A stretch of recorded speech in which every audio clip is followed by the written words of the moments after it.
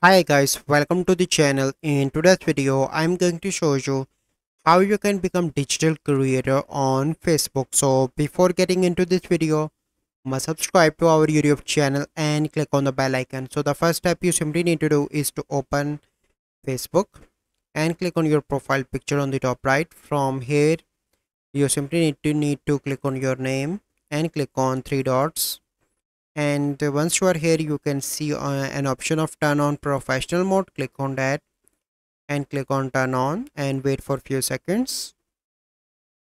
Okay, now it is turn on, and now you can change your profile category here as well, and scroll down, and here you can see that now my profile is digital creator.